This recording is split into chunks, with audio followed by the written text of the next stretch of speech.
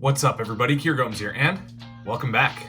In today's episode, I'm going to be teaching you guys something that has come quite highly requested via Instagram, YouTube, whatever. If you're watching this video, you already saw the effect in the trailer. It's basically a card to box plot, and this particular variation is one that I originally saw from Edo Huang. However, all of the slides and methods that are used can be found on YouTube, so I'm in the clear to teach it. Before we get started, please do drop a like on this video and subscribe if you haven't already. And without further ado, let's roll that intro and get you guys on your way.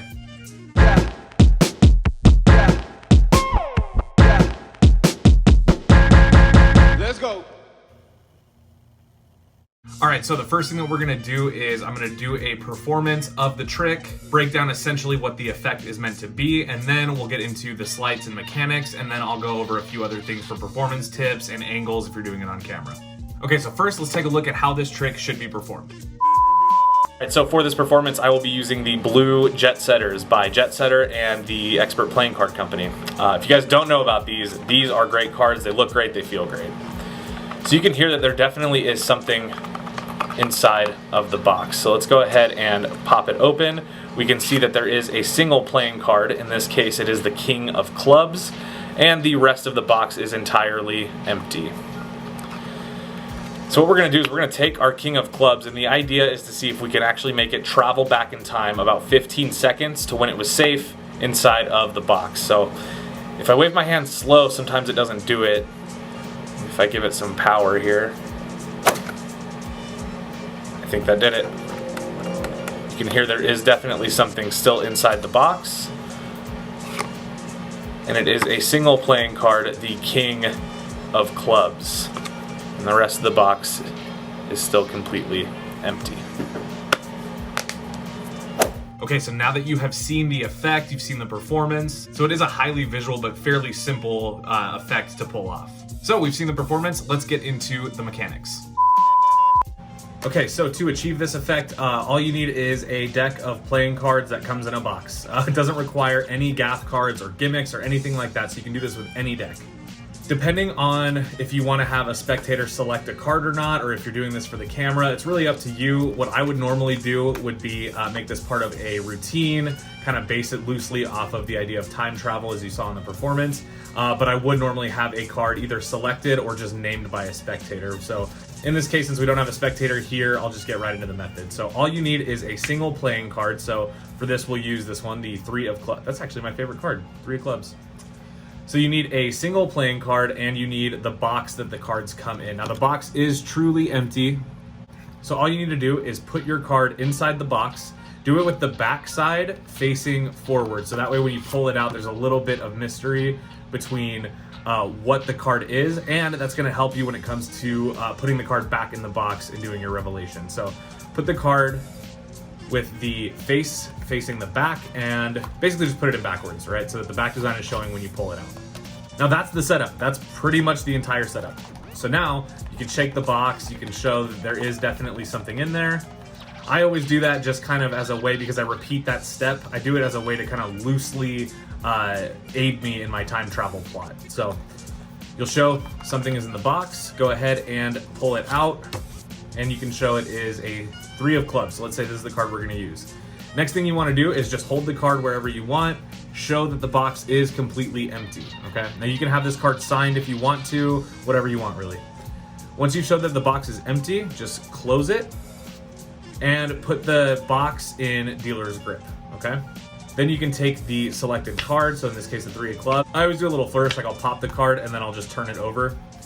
You can do it however you want, I just think that looks really clean. So now we're here, we have our selected card on top of the empty box, okay? So everything is fair up to this point. Now you would normally insert some patter, but I'll just get right into the move.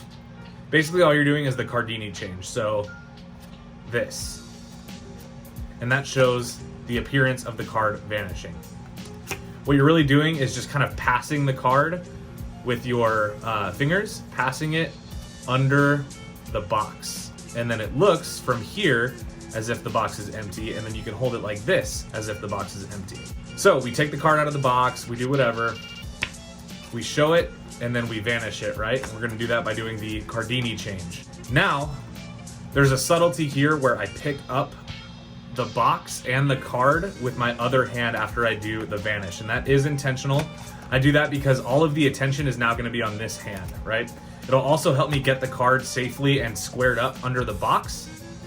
Whereas this way, it does have a little bit of a jerking motion, and then you're awkwardly holding the cards like this. So you want to make sure that you have a clean up, basically, right? And the way that I do that is I vanish it, and then I grab the box, and I show my hand is empty, giving that justification. Then I'll switch hands, show this hand is empty, and then I'll start making the move, okay? So after you do the vanish, essentially here's the position you're in. If I do it at an exposed angle, you're gonna pass it to the bottom, and now you have the card face down under the box, okay? Okay, so now you're here, right? The next thing that you want to do is a little subtlety that really adds some convincing sound to this, and that's going to be take your index, curl it under the pack, and just tap. And it sounds like there's a card shaking inside the box, right?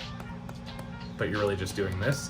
And that's going to make that time travel thing really come to life, because that's exactly what you did when you showed the card was in there to begin with. And now you're going to do the exact same thing again. So you're going to take all of this mess, just this card facing down, you're going to angle it up towards you, making sure that your spectator does not see it, okay? This does just take a little bit of practice with angles, but you're holding it like this, you're shaking it, it's all good. Now, if you're moving quickly, you can always just do this and just kind of quickly turn it.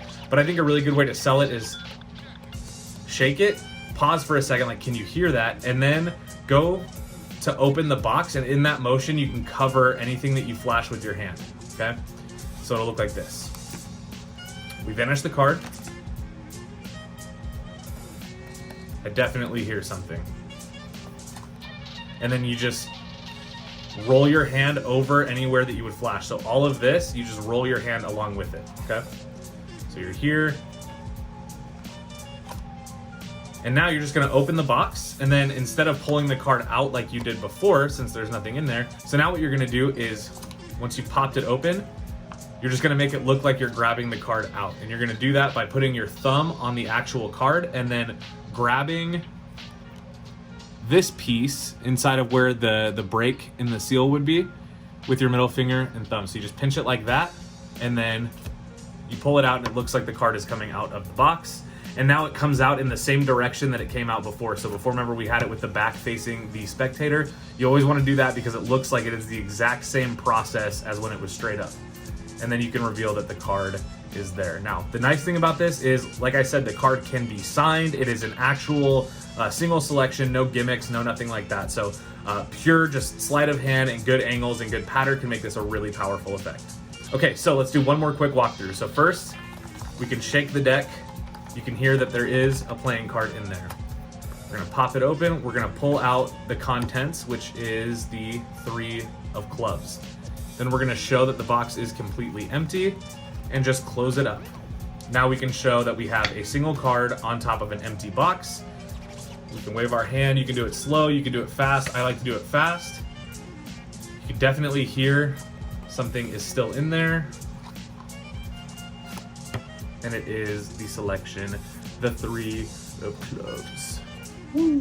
Now, depending on what you're into, you can always switch up how you get into it. So like I said, I like to pop the card and then just twirl it back onto the pack. I think it looks really nice. But if you're interested in more flourishy stuff, you can always do things like that. As long as the card ultimately ends up back inside of the box. There's the method, there's the move. All right, so now that you guys know kind of the secret, let's just get into a few performance tips in case you're gonna perform this live, and then I'll talk about angles if you're gonna perform it on camera. So the power of this effect is really just that it happens right in front of the spectator's face. For the most part, if your angles are good, it's completely invisible, and the method of pulling the card out of the box looks so legit, and you can hand that card and the box out for inspection, creating a really powerful moment. The key if you're performing this live is just to manage your angles because the main move is basically the Cardini change. Now, angle-wise, just make sure you are at an angle from your spectator. So as you guys could see, if I wanted to do the change right now, you can do almost everything up front. So you could show the card, this could be a selection, it could be whatever, show the box is empty, close it, and then you're here. So notice that I just pivot my body this way when I get ready to do the change. It's because you can't do it this way, right? You would see all the action.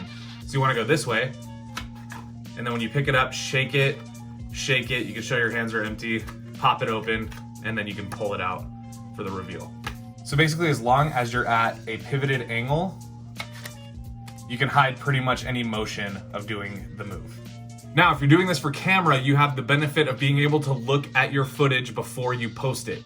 I cannot tell you how many times I have done this trick, thought that it looked good, went to go edit it, and then found that I flashed or the move was sloppy or whatever. If that's the case, the best thing you can do is practice your pivoting angle. So remember, you want to start not at an angle. So we have the card, we have the box, we close the box. You want to start all up front because it's natural. Then just naturally pivot your body and direct the attention to the card. That's going to allow you to be in prime position for a good angle to perform it, but as well, it looks natural, it doesn't look weird, and it doesn't look like you're doing anything fishy. So there you go. Well guys, thank you so much for watching today's episode and my tutorial of this card to box plot. I really love it. This is something that I use as a go-to. It's highly visual, it's super quick, it doesn't take a lot of effort. It's just kind of a natural move that you can do to show off your skills. Whether you're performing it live or doing it for camera, I want to see it. So make sure somebody is filming you anytime you do this. Tag me in any upload of it. I would love to see the progress. Shout out to Edo Huang for the trick. Also, if you guys haven't checked out my last video yet, please go do that now. It is a collaboration between me and Alex Pandrea, and we are doing a giveaway of 5 decks of cards. So if you don't know anything about that and you're new here, I will make sure that that pops up somewhere over here at the end of this video. Also guys, don't forget to like and subscribe. It does help me out a lot and it allows me to bring you more quality content just like this. If you guys are interested in my tutorials, please let me know by dropping a comment down below and letting me know what tutorials you would like to see next. Alright guys, that's going to do it for today. I hope you all have a wonderful rest of your day. I know I will. And I'll see you in the next one. Peace.